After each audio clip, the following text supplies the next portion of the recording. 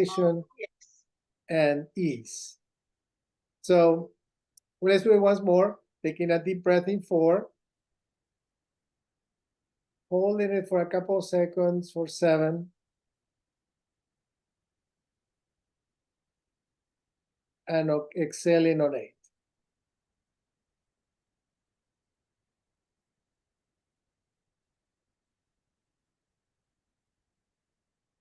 So that will ease you and relax you and decrease your muscle tension. But if we all have had episodes in which you get a little bit nervous. If you can just focus on counting the numbers and flash them in your forehead, that will just make your mind focus on the numbers and don't go anyplace else. Yeah. So I mean, you just do the same thing, just focusing on counting here with your eyes closed and just seeing the numbers flash in your head. And that will give you an extra sense of just more relaxation. And if you do it, I tell the patients, we do it in the office with a patient. I say, go to a car and do it 6 times, just breathe 6 cycles. So they get more comfortable with that, and then they get home and they begin to do it, and it makes a difference. Oh yeah, this is wonderful. I've been very interested in spiritual practices, and this again is a segue to, we talked about music and Gregorian chanting. There's also work again by this Benedictine nun who used to do heart health in central Minnesota. And she has very deep interest in heart rate variability and various spiritual traditions. So she looked at mindfulness, Zen meditation, Vipassana meditation, and contemplative practices. And she wrote to me very excited, and she says, the mystics were right. The mystics were right. And I thought, what's she talking about? It turns out from all of these mindfulness, Zen meditation, and contemplative practices, contemplation gets you faster into entrainment, 0.1 hertz, and keeps you there. Isn't that interesting? And then maybe it's because you have this spiritual truth, sort of it's in the back of your sort of consciousness, you're remembering it all day. Instead of you sitting in one place and then suddenly you have to get into the car and go work and the traffic still bothers you. You've left the state on the cushion at home. So it was very interesting because the mystics do say contemplation is a very effective way to understand yourself, your mind, and its momentum. And you can really, the hook then here is a prayer, a scripture, or something that has meaning for you, and you contemplate it. So sometimes I've done that too, and your heart rate variability would show its effects, and that's scientific. It's been published. So we have many ways. We have many ways. Yeah. Many ways. I think that the first step is just to balance a little bit the autonomic nervous system, stimulate the parasympathetic system, because that will keep you out of trouble, right? I mean, I think that's a really good way. You don't have aches or pains. You feel better. Your tummy feels better. Your heart does better. As a matter of fact, you mentioned Dr. Koopman, and he has this study that I found fascinating in which he looks at the heart rate of people that are fine, people that have positive antibodies and no disease, and people that have inflammation, established disease, and people that have a higher heart rate at rest are the ones that are going to get sicker. Right. And it's a matter of just, if you're so charged, your immune system will follow. Yes. And so, you're speaking to a very important point, because when we go to, when patients come to us, we measure blood tests. And it seems to me that heart rate variability is actually quite easy. It's an EKG measurement and it's automatic, you press, it's literally like that now. And you can get the balance of parasympathetic and sympathetic, and again, teach our patients how to do it in addition to lab work, And once you know that you're always in the sympathetic outflow, you can warn them, because it also predicts medicine failure. Mhm. If you're in sympathetic alpha all the time, you can throw all the great biologics and steroids, and here we are. And I think this is part of the problem, that we're missing this parasympathetic engagement. If we could just measure it in addition to ESR and blood count and all of those wonderful things we do, if we do that too, I think we have a very different window into what's really happening in the body. I And agree here's with the you. and here's the other thing. The parasympathetic, we already, you take me through 478, 1 or 2 cycles, I feel it. Or this ear massage, I start yawning. If you did the same with steroids, it takes 4 to 6 hours for that chemical to take effect. Look at the parasympathetic. How Mhm. many seconds, milliseconds even, feeds right into the macrophages? It's we can see it. It's the anti-inflammatory reflex. So to impress upon people and patients, look at how quickly this is working. Immediate. You Mhm. feel the heart and your macrophages are calming down. This is absolutely been shown. So milliseconds versus hours for a steroid to kick in. Give me my parasympathetic vagal thing. I mean, give that to me any day. And we could reduce our exposure to chemicals and improve outcomes. I'm not saying don't use chemicals, but now we're wiser. And I think we could put people into remission far more reliably than right now. We're sort of shooting in the dark a bit, I'll be honest. We try one, a second one, a third one. I wrote a newsletter, trial, error, and error, and an error, because that's what we're doing. Yeah. So for the people that are listening now, the two easy ways in which they can have a self-check is to check the heart rate and how fast they breathe, Yes. right? In a minute, just count a minute and see how many breaths you're taking. If you're over 7, you need to cool down. Cool down. Yeah. You're in trouble. Get out of trouble. Just slow down your breath. Try to Mhm. keep it to 5 or 6 breaths a minute, and then you'll be better off. Yes, yes. This has been outstanding, Jose. Thank you.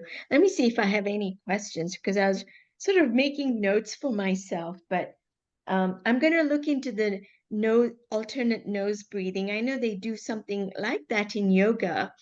Mhm. Close the nose and then breathe out the other one. Okay. Okay. I think we've covered some of the more major things. We could go deep into the science, but I think this is very helpful. People have done actually work on cytokines too, and heart rate variability, where once you engage the parasympathetic, the cytokine and inflammation really does go down. You can actually measure it and see it in real time. So again, it's the European folks who are a little ahead of the curve, but we Yeah. know it's work and it's very good science, and or it's not rocket science. By the way, about this trial that you're talking about, um, is it with Feinstein Institute, Kevin Tracy in New York? Is he I one of don't the? I don't know if he's one of the people participating, but it's a group from California that's driving it. Oh, I see. Okay, because I know Kevin Tracy had done some of the original work in animal models. He's a neurosurgeon, and Yeah. he was actually studying sepsis or infection and how to reduce spinal infection. And he ran into, hey, the spine already has impulses to protect you, and then went down this pathway, a rabbit hole, so to speak, and then found the anti-inflammatory cholinergic reflex, as he calls it. So yeah, he's done some amazing work, and has come to the ACR meetings too. Yeah. So Any if you look final to, thought? Yeah, go ahead.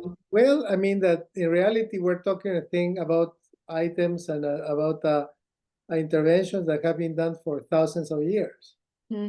right? And we're just reminding people of what has been done before, um, Yes. different cultures, right? And We're rediscovering some of that, wisdom in healing traditions. Yes, you're right. You're absolutely right. and it's a matter of just remind people what our ancestors thought performed and how they heal, right? Yeah. So it's great that we have the options of great medications, biologicals, JAK inhibitors, or others, but I mean we have to go to basics too. Oh yeah, we've closed a big circle. I think it's come to a big loop, and we're right to honor those and see the pathophysiological connections, whether it's music or, as we said, contemplative prayer and all of this, because it comes back to that you have many entry points to heal yourself, heal your body, heal your mind, and thrive in this very troubled world. It'll always go. The world has always had historically, it just goes in these cycles. And I think ultimately, if you heal yourself, you heal the world. You're the most important. People say, I want to heal the world. I say, heal yourself. Let's start there, because that's under our control. So yeah. A Peruvian shaman, Oscar Miro Quesada, said very wisely, if you heal yourself, you create a ripple effect in the universe. Yes. Right? And you just help others in the process. Well, yeah, another way that shaman is extremely wise, very wonderful. My teacher has said, when you heal yourself, your consciousness is rising and all the ships float higher. Yeah. It's not just limited to you. You're really part of humanity, a human family. And so take care of your consciousness, take care of your healing. And by that means, so you don't have to get onto traffic in some peace assembly anywhere. Just be at home. I like that. I like home. Anyway, final thoughts, Jose. This has been quite wonderful. Well, thank you for inviting me to talk to you. It's always a pleasure. Yes. And the final thought is simple: just hum your way through life. Oh, Do some yes. humming when you're in a traffic jam and you're just like, oh my goodness, I cannot move. Just hum, and it will get better. An easy way My to nephew stimulate your does vagus that nerve. when we're looking for parking. He goes 5 years old, 5 years old, and you won't believe it. We always get a parking spot. Oh, 100%. I don't know what he does. Maybe the hum goes to some parking angel or something. So, but I do calm down and I say, and he even says, he doesn't call me auntie, he calls me Nisha. Did you like that? He checks in, making sure. So children know, and they know that no instructions required. That's right. No instructions required. Hum, be happy. And he says, stop yelling, a parking will become available. I go, oh my God, it's raining. And then he goes, Yeah. So And it appears. it does. I say, okay, Keon, can you please start humming, please? And maybe it's me too. I know that there is what I call physics entanglement. There's connectivity between you and everything around you.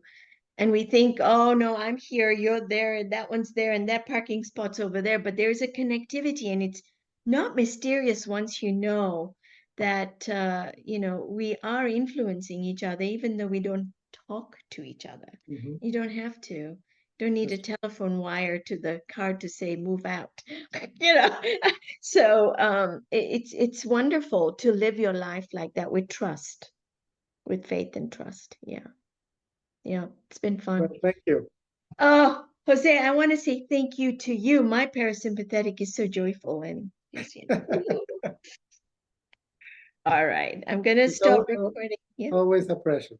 Thank you, Jose. Please give my best regards to Catherine and all the children, and enjoy New Zealand.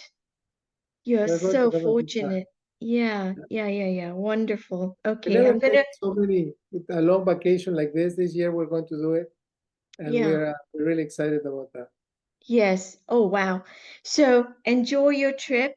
Come back soon and safely. Bye for now, Jose. Take care. Thank you. You got it. Bye. Bye.